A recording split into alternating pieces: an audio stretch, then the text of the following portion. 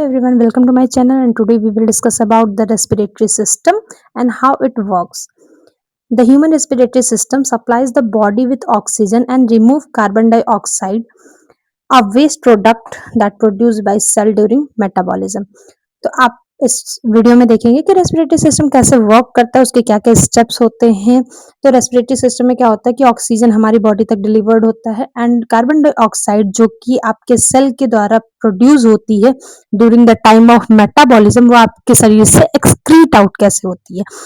तो respiratory system में कुछ ऑर्गन्स जो इन्वॉल्व होते हैं वो कुछ ऐसे दिखते हैं। फिलहाल ये मैंने बनाया है, आप लोग कमेंट में बताइएगा कि कैसा बना है। ठीक है, तो पहले हम स्ट्रक्चर देख लेते हैं। ये आपका नोज, माउथ एंड ये आपका जो एरिया है that is called pharynx and ये एंटीरियर पार्ट में आपका लैरिंग्स। ठीक है, ये आपका ट्रेकिया है, ट्रेकिया जिसे हम विंड पाइप भी बोलते हैं। ठीक है, और यहाँ से ट्रेकिया दो पार्ट में डिवाइड हो जाता है।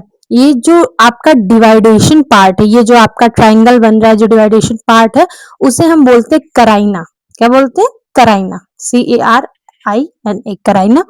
एंड ये जो ट्रेकिया है ये दो ब्रोंकस में डिवाइड हो जाता है, लेफ्ट एंड राइट साइड में। ठीक है, इसके बाद ये जो ब्रोंकस है वो छोटी छोटी आर्टरीज में, मतलब छोटी छोटी कैपिलरीज में, आर्टरीज में कन्वर्ट हो जाता है, जिसे हम बोलते हैं ब्रोंकियोल्स। ठीक है, अब इन ब्रोंकियोल्स के एंड्स पे, इन ब्रोंकियोल्स के एंड पे ये आपका sac like structure, air sac like structure होता है जिसे हम बोलते हैं एल्विलाई। ठीक है, और ये आपका दोनों लंग्स हो गया। ठीक, nose, mouth, pharynx, larynx, trachea, trachea का division parts that is called carina, फिर bronchus, bronchioles and this is called alveoli एंड ये आपके दो लंग्स। ठीक है, लेफ्ट एंड राइट साइड के।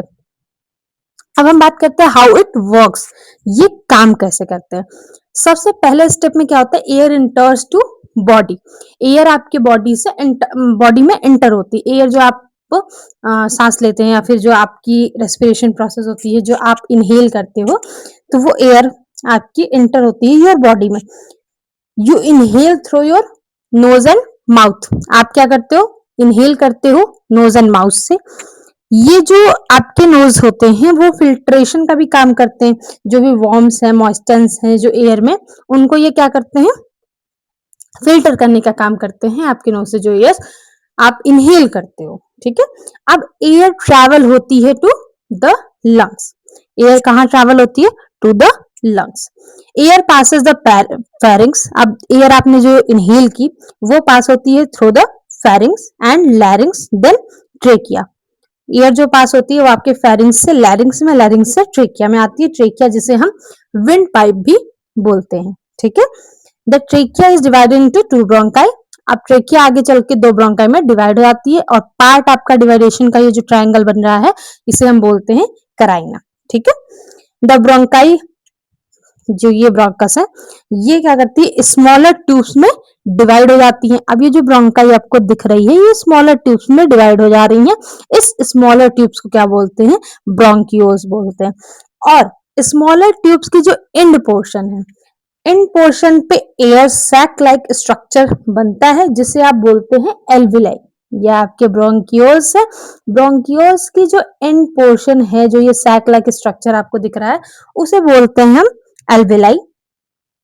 और जो एल्विलाई है, most of the gases exchange, जो गैसेस एक्सचेंज होता है मतलब कि आपकी ऑक्सीजन आपके बॉडी तक ट्रांसफर होती है और कार्बन डाइऑक्साइड आपके सेल्स से आपके एक्सलेशन के प्रोसेस में जो बाहर निकलती है, ये दोनों जो प्रक्रिया होती है ये आपकी एल्विलाइज में होती है। और एल्विलाइज क्या होती है? जो ब्रोंकियोल्स का एंड पोर्शन होता है वहां एक एयर सैक लाइक स्ट्रक्चर पाया जाता है जिसे हम एल्विलाई बोलते हैं। ठीक है, अब जो गैसेस एक्सचेंज होती है, the alveoli are surrounded by tiny blood vessels called capillaries. अब जो ये एल्विलाइज हैं इसमें टाइनी ब्लड वेसल्स होती हैं, ये इससे सराउंडेड होता है। जैसे कि यहाँ पे एक जालीनुमा आकृति बनती है जिसको हम बोलते हैं कैपिलरीज। ठीक है, जो एयर सैक लाइक स्ट्रक्चर होता है उसमें टाइनी एक जालीनुमा आकृति बनती है जिसे हम बोलते हैं कैपिलरीज।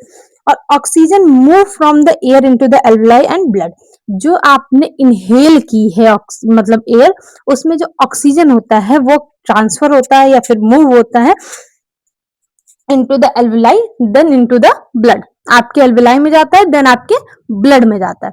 आपके ब्लड में जब एयर से आपका जो ऑक्सीजन है वो आपके ब्लड में पहुंच चुका है, तो वो ब्लड क्या करेगा, डिफरेंट डिफरेंट जो वाइटल्स ऑर्गन है, जो भी आपकी बॉडी के रिमेनिंग ऑर्गन्स है, वहां पे क्या करेगा, ऑक्सीजन की सप्लाई करेगा। ठीक है। और जितने भी वाइटल्स ऑर्गन या फिर जितने भी रिमेनिंग ऑर्गन्स आपकी बॉडी के होते हैं, उन्हें ऑक्सीजन की नीड होती है, उनकी सेल्स को ऑक्सीजन की नीड होती है। इसलिए वो क्या करते हैं कि जो आपके ऑक्सीजन आया उसको आपके मेन ऑर्गन्स तक पहुंचाने का काम करता है। आपके ब्लड के थ्रू वो ऑक्सीजन ट्रांसफर होता है। At the same time carbon dioxide moves from the blood into the alveoli. आपके सेम टाइम पे ब्लड से कार्बन डाइऑक्साइड मूव होता है इनटू द एल्विलाई।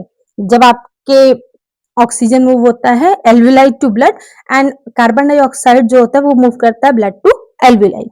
ठीक है।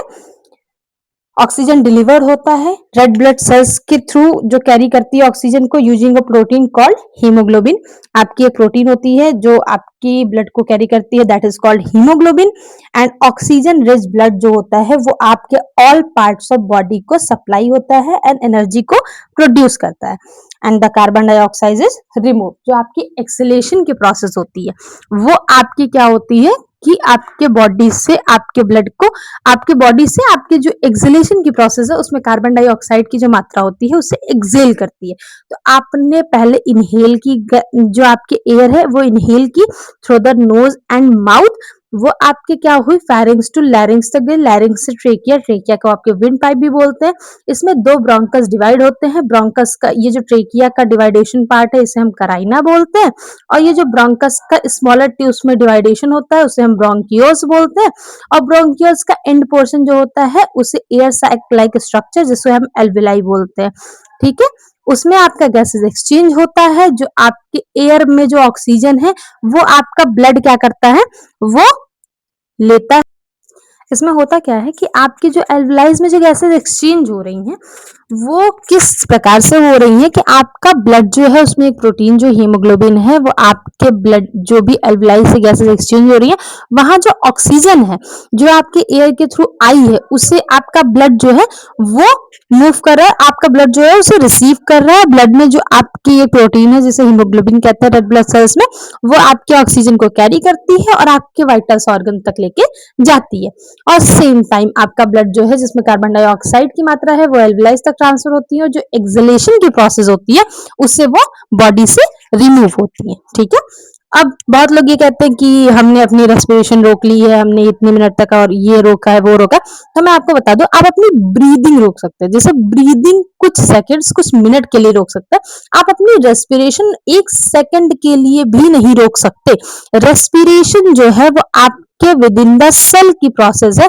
आपके सेल्स में ऑक्सीजन और कार्बन डाइऑक्साइड का जो गैसेस एक्सचेंज होता है वो आपके सेल के अंदर की प्रोसेस है। आप अपनी ब्रीदिंग कुछ सेकंड कुछ मिनट के लिए रोक सकते हैं, आप अपनी रेस्पिरेशन नहीं रोक सकते। ठीक है। रेस्पिरेशन जिस दिन रुक गई उस दिन कोई जिंदा नहीं बचने वाला है। ठीक है। तो जो भी आपसे बोलते हैं कि हाँ हमने सांसें रोक लेते हैं, ऐसा कुछ नहीं है। आप अपनी ब्रीदिंग, वो आपकी एक्सलेशन इनहेलेशन की जो प्रोसेस है वो आपको कुछ टाइम के लिए कुछ सेकंड के लिए आप कंट्रोल कर सकते हैं, लेकिन आपकी जो इनर सेल गैसेस एक्सचेंज होता है वो आप कंट्रोल नहीं कर सकते। और आपकी जो रेस्पिरेशन सिस्टम है वो आपका कुछ ऐसे वर्क करता है, इनमें कुछ इंपॉर्टेंट ऑर्गन्स होते हैं जो आपके गैसेस एक्सचेंज में हेल्पफुल होते हैं। आई होप आपको वीडियो पसंद आई होगी। अगर आपको वीडियो पसंद आई है तो आप मुझे कमेंट बॉक्स में जरूर बताइएगा, और लाइक एंड शेयर सब्सक्राइब करिएगा। Thank you. जय हिंद।